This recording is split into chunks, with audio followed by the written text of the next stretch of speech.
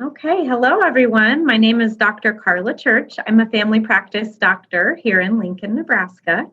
I'm here to talk to you for the Go Red event about heart health, ways to manage your stress during a pandemic, and just overall ways to stay healthy.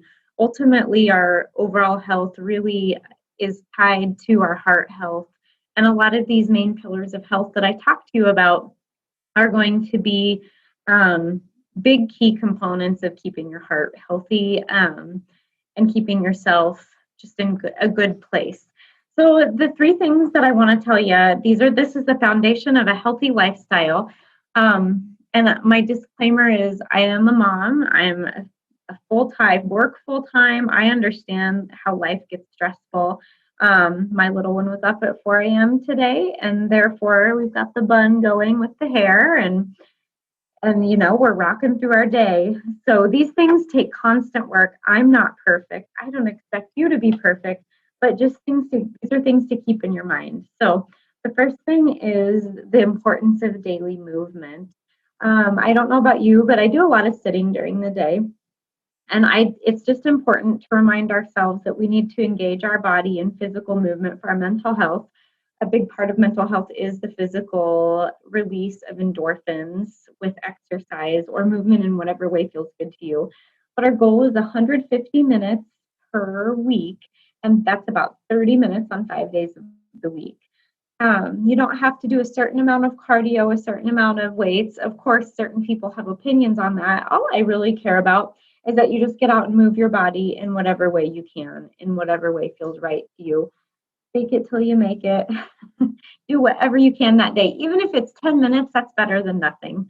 And trust me, there are times that I'm like, I'm just walking my dog around the block today, and that's all I can do, and that's fine.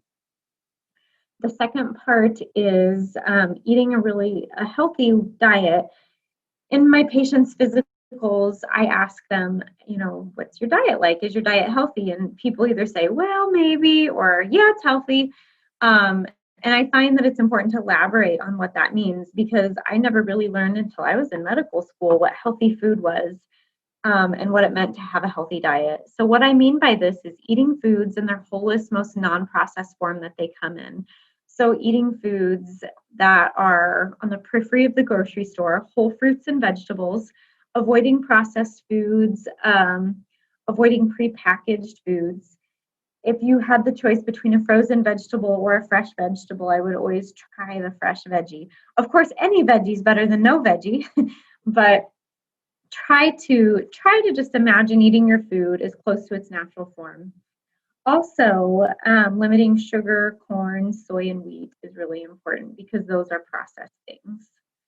Um, Other things to think about are I tell my patients this rule all the time. If you imagine taking your food and running it underwater, if it would get soggy or dissolve, it's probably not very good for you. That's just kind of an easy way for us to think about things before we eat them. The third thing, and I think the most important thing, especially for heart health, is our stress management. When we're under a lot of stress or recurrent stress or chronic daily stress, our body undergoes a lot of these fight or flight responses. Kind of like that feeling you get when you almost trip in public. It's like your whole stomach turns and you just feel yourself tense up. A lot of times if we have stress through the day, that fight or flight response is going nonstop and it's really exhausting to us. It secretes cortisol, and cortisol, as well as epinephrine, can cause decreased ability for your body to use those proteins that make those hormones, and then we can't make some of the other things, and then we find ourselves feeling fatigued, blood sugar problems, blood pressure problems, salt cravings. It can lead to weight gain, poor sleep, and then it just starts this vicious cycle. So a lot of this can come from our exercise will help our stress. Our diet can help our stress. But it's really important to find ways to hit the reset button every day. An analogy I like to use with my patients is imagine when your computer is going and you have 5 screens up at once and the whole thing just freezes. I find myself in that position every now and then where I'm like, I need to step back imagine just shutting down, hit the reset button, and start over. It just gives us a chance to check in with ourselves and to keep ourselves a little calmer through the day. Breathing exercises, yoga, a bath at night, prayer, meditation, whatever works for you is a really good way to kind of be mindful and check in with your mental health. Do things in routines. Your body needs to sleep, eat, wake, exercise at the same time daily. And that's when your hormones really get into a nice routine. Try to decrease caffeine, limit alcohol, practice good sleep hygiene, no phones, no screen time in bed. Try to really avoid the blue light or the screens at least 60 minutes before bed. Make sure you're getting your water. It sounds silly, but try to get your 64 ounces of water daily and keep your environment decluttered. That helps us to feel a sense of calm and peace.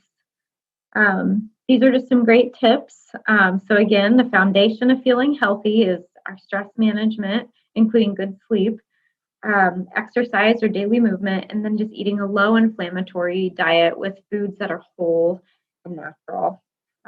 These are ways that I hope help you and that you can watch me go red.